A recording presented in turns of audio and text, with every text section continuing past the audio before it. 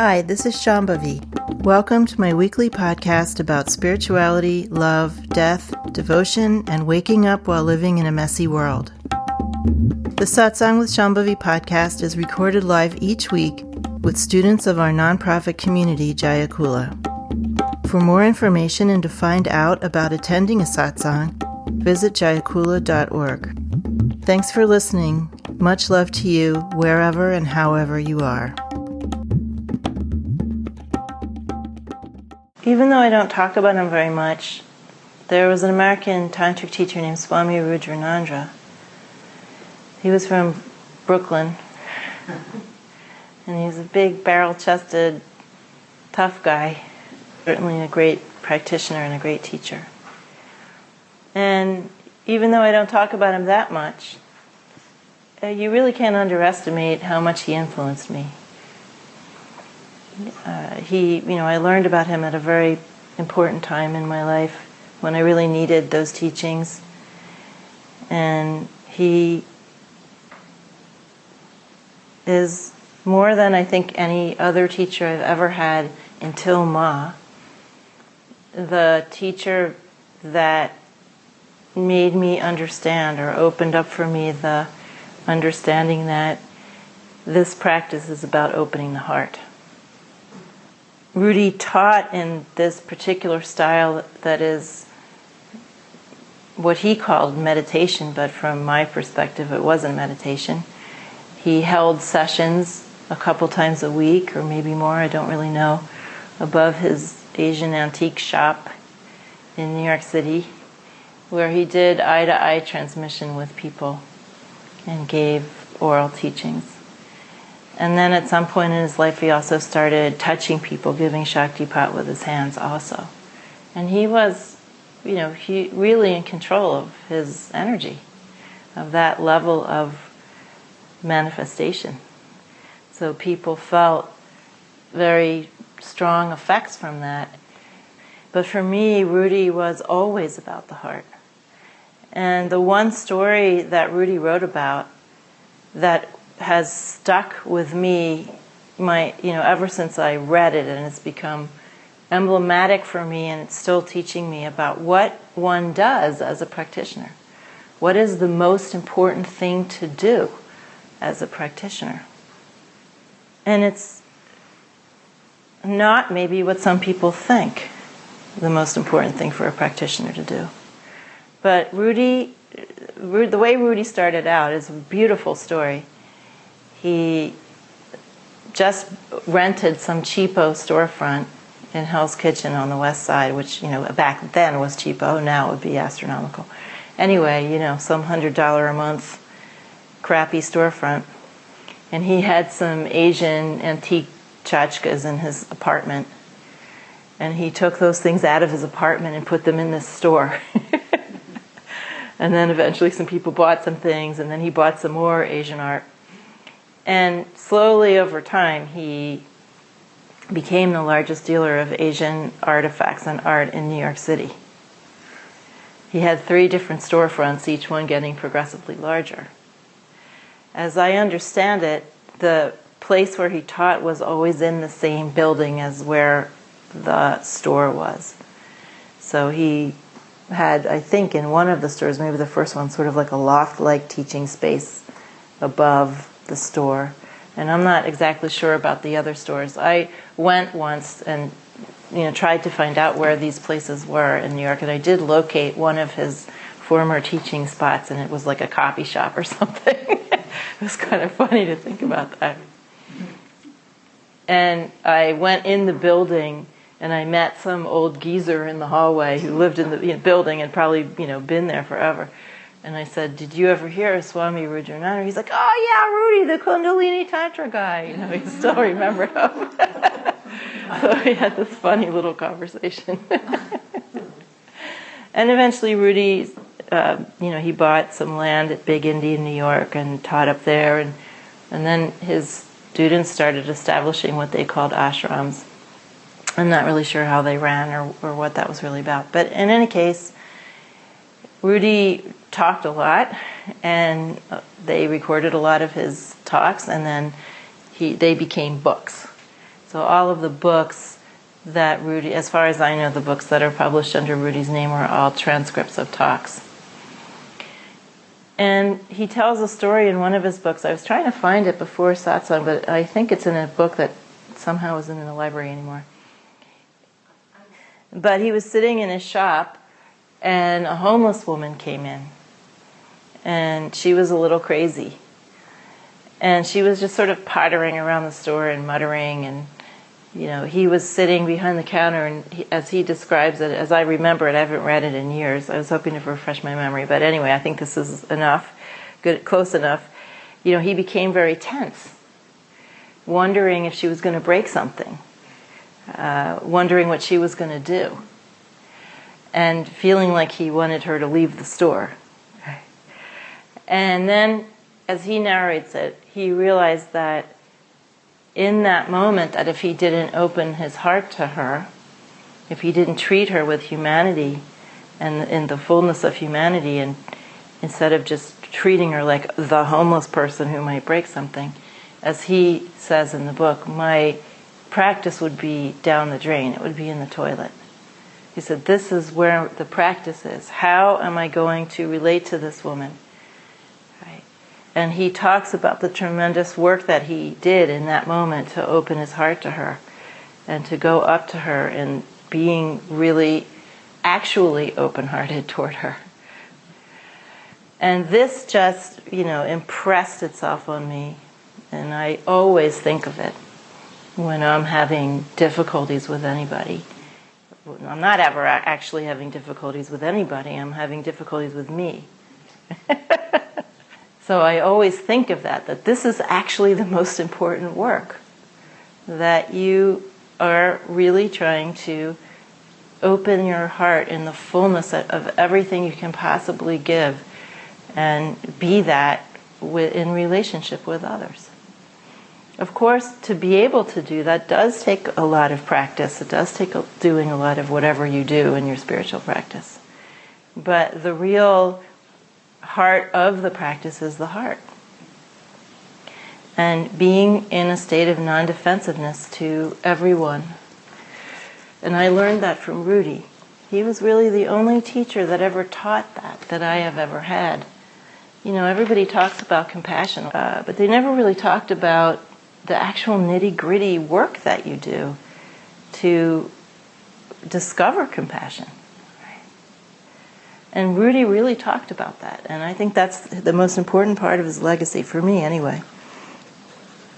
So this is Rudy talking. There is that within a human being that wants to surrender and even tries to do so. The fact that never seems to be fully understood is that surrender is complete surrender.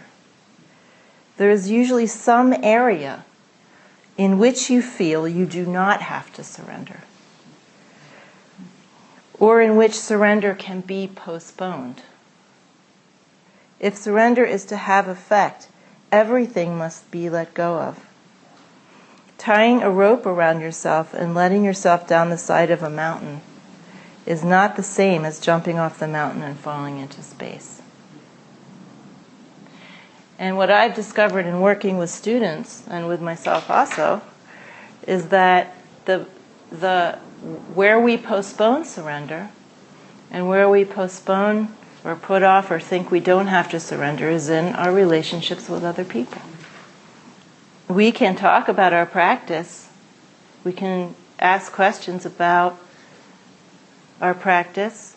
But when it comes to other people, where is our attention going? Our attention's going to how I feel. Oh, I feel badly about something. I feel ashamed of something. I wish I didn't do that. I'm having a problem. I have issues. I wish other people would be different. Other people are annoying me. Our focus is rarely on how can I really open in this situation and let go of my defensiveness. my ego defenses, my self-definition, my idea of what I'm owed or not owed, my idea of what is righteous or not righteous. How can I let go of that ego when I feel criticized? When I feel the possibility that other people might not like me? When you feel that possibility, most of you just whine about it. You're not actually going out into the community trying to open your heart and see what's actually happening in the freshness of the moment.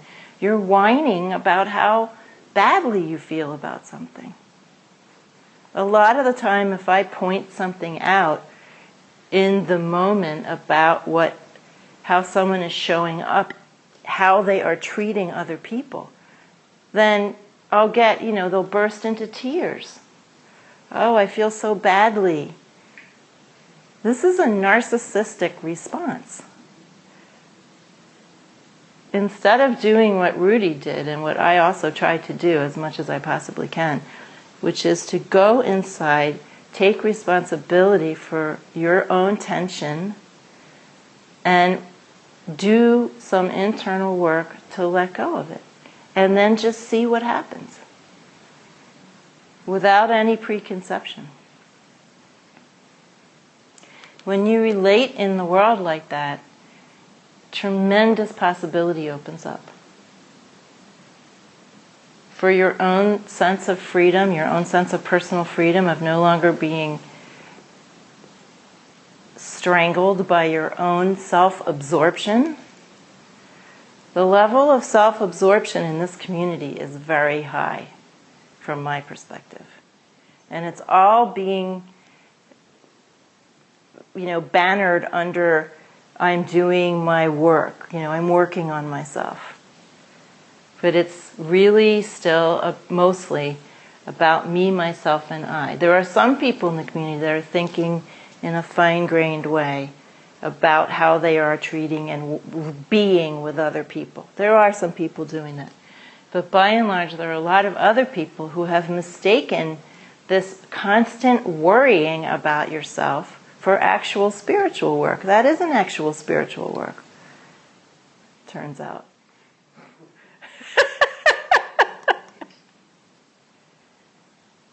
The idea is that you are surrendering that self-referentiality, that obsessive self-concern. You are surrendering your knee-jerk response to having something pointed out to you, of crumpling into a little self-protective blubbering ball.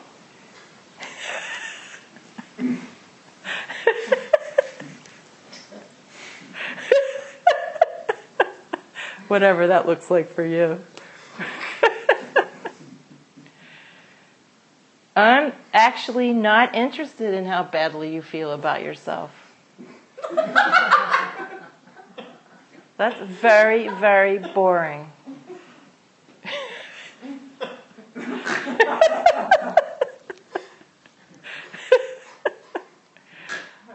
I'm not interested in how badly I feel about myself.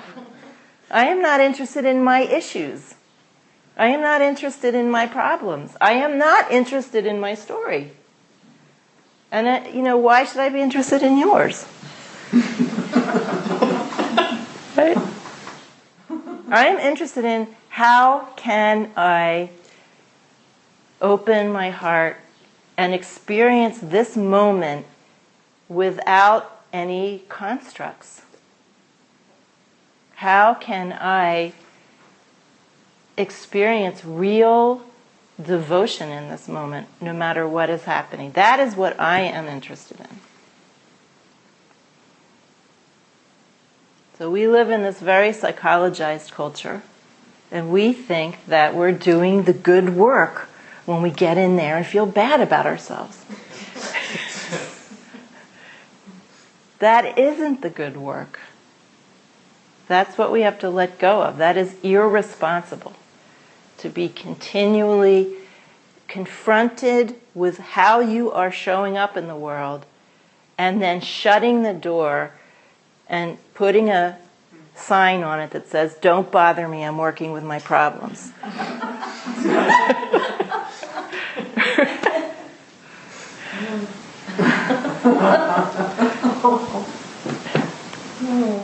This is Rudy. A person with a hustler's mind. Some of you think you're hustling me. You're not. I'm biding my time. I'm just waiting for what I sense is the right moment to push you off the cliff. For some of you, I've waited a long time. A person with a hustler's mind, shopping for bargains in the spiritual marketplace, always ends up buying exactly what will keep him from any realization in his ordinary life. It certainly will not give him the return for his effort, time, and money. There is no bargain in spirituality. There is only the willingness to do the work that is required to grow. Surrender must be complete. It is not trying to appease a situation by doing what you think somebody else wants. It is surrendering totally to God so that you attract exactly what is needed, not what your limited concept of the need is or your interpretation of what the need is. So you can see why Rudy is so wonderful. The first place you can start is by how you relate to it when you notice something about how you're showing up, or how you relate when I point something out about how you're showing up. What are you doing right in those moments? Some of you are just paying lip service to being spiritual practitioners in those situations. You're willing to put in your hour or 2 hours or 3 hours a day doing whatever you do behind closed doors. You're willing to do seva and participate with the community. But you are not willing to really take responsibility for how you are showing up in your relationships with other people. Some of you have an iron grip on that. And when things are pointed out, you either pay lip service and pretend that you are working with it and dealing with it, or you really just slam the door, or you start going into some emotional overdrive, some just histrionic emotions that also amount to blocking out any sensitivity you could possibly have in the situation to help you deal with it. So what do you do in those moments? First of all, you have to listen and you have to let go of your reaction to not hear what is being said or what you are seeing in yourself. You have to force yourself not to run away. And then you have to relax. And then you have to look at what can I do? What, as Rudy says, what spiritual muscle can I use to help me to relax in this situation and really open my heart? You don't have to do anything but open your heart, really. Everything else will flow from that, but you have to figure out how to do that. And if you want to figure out how to do that, you have to be willing to actually do that work. In uncomfortable situations where you would rather crumple up into a ball or go in your room and shut the door, or go yada yada yada, yeah, or have, talk about how badly you feel, or let somebody else make the first move and move the situation along for you, even though you were the one that acted out. So you have to understand more what spiritual work is really about. You don't get to carry your shitty way of relating to other people and your narcissistic self-involvement with you. You don't get to take that with you. But first you have to see it for what it is. You are misunderstanding what spiritual work is. If you think it has anything to do with sitting around feeling badly about yourself. Of course, we all have moments where we feel regret. And we have karmas that cause us to go to that place where we use feeling bad as a way of hiding out and not taking responsibility for ourselves. Of course, we have those karmas. They're real karmas. We can't just tell them, Shazam, right? But we have to recognize that doing that is not doing spiritual work. That is not what it is. And if you can recognize that, you can begin to detach yourself from the false view that being very internal and feeling bad about yourself, or hiding out, or letting somebody else do the work is spiritual work. You have to divest yourself of the concept that you can do hours of spiritual practice a day and not do this relationship work. That's bullshit. Now, you know from the teachings that I've given for years that we're not trying to act compassionate. We're not trying to manufacture some faux lovingness. In fact, when I go into communities and people are doing that, it just gives me the heebie-jeebies. Because that is also a detour. You can avoid doing real spiritual work while you're acting compassionate. Oh, okay. Pulled that one off. No one knew I was really seething with resentment that whole time. Real spiritual work is you actually go in there and you relax your tensions. You make a commitment. You have the will to do that. You don't think it's somebody else's job. You don't think I have a right to feel this way. You don't think I'll just do this one more time. You don't think the other person is an asshole, so I'm justified in doing this.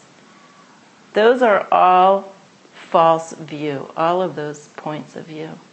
Everyone is made of the same absolutely awesome and devotion-worthy self. And you have to discover that. That's what spiritual work is about. You have to discover that. Swami Lakshmanju talks about what work we're doing, and it relates to what I've been talking about. He's talking about how you get the real knowledge of God consciousness. And that's what we're talking about in all of these everyday situations. How do we get the real knowledge of who we are and who the other person is? That's what opening our heart is. When we open our heart, we get the real knowledge, right, of who we are and who other people are. Swami Lakshmanju is talking about that it's your own organs, and he means your sense organs, that will direct you to God consciousness. He says, following Abhinavagupta, that your own sense organs are your masters, are your teachers. And this relates to something I've talked about, especially with respect to mind, that we have to reach out and reach in with our senses in a very special way in order to work spiritually, in order to open our hearts, in order to discover things when we're sitting on a meditation cushion or sitting with other people. We have to actually open our senses in a situation. We have to feel with our mind. We have to reach out toward the other person. We have to go inside and feel with our senses what it means to relax. Swami Lakshmanju says this is the real nature of upadesha. This is the real nature of working directly. That we're working with our organs, who are gods, who are masters, who are gurus. They are the ones that can tell us how to open our heart. They are the ones that can tell us wisdom, that can teach us real wisdom. But they have to be working very subtly.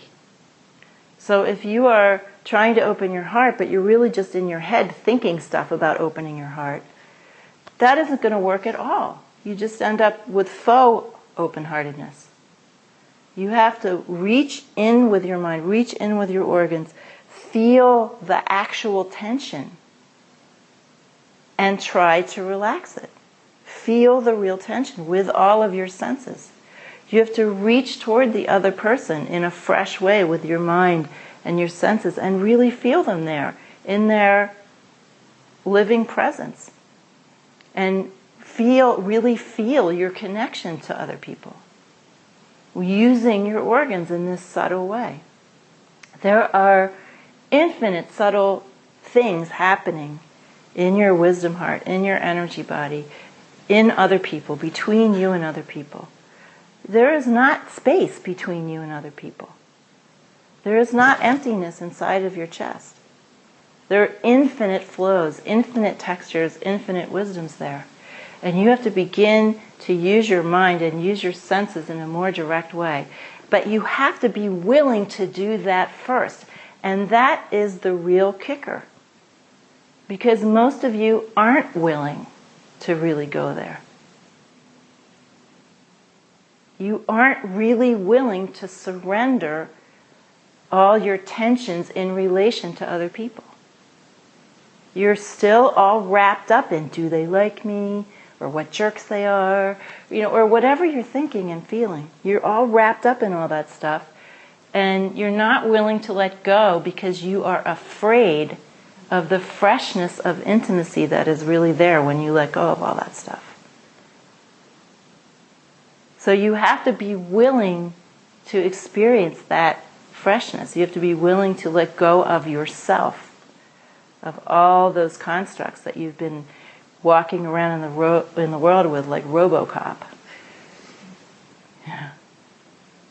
So step one is you have to be willing. You have to understand that this is what spiritual work really is. Some people come and talk to me, they just want to be with me, but they manufacture lists of problems to talk to me about because they think that's what I'm going to be interested in. I'm not interested.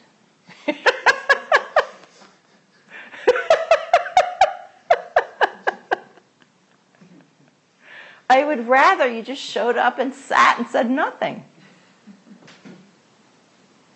And did some real work to connect. So this is what you have to do. And again, if you are still insisting on being you, on your right to be you, none of this is going to happen.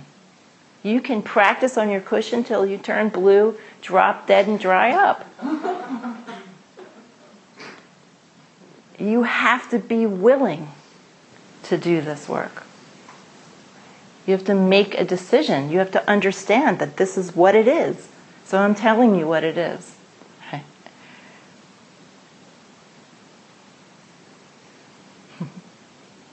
That's it. That's all I got.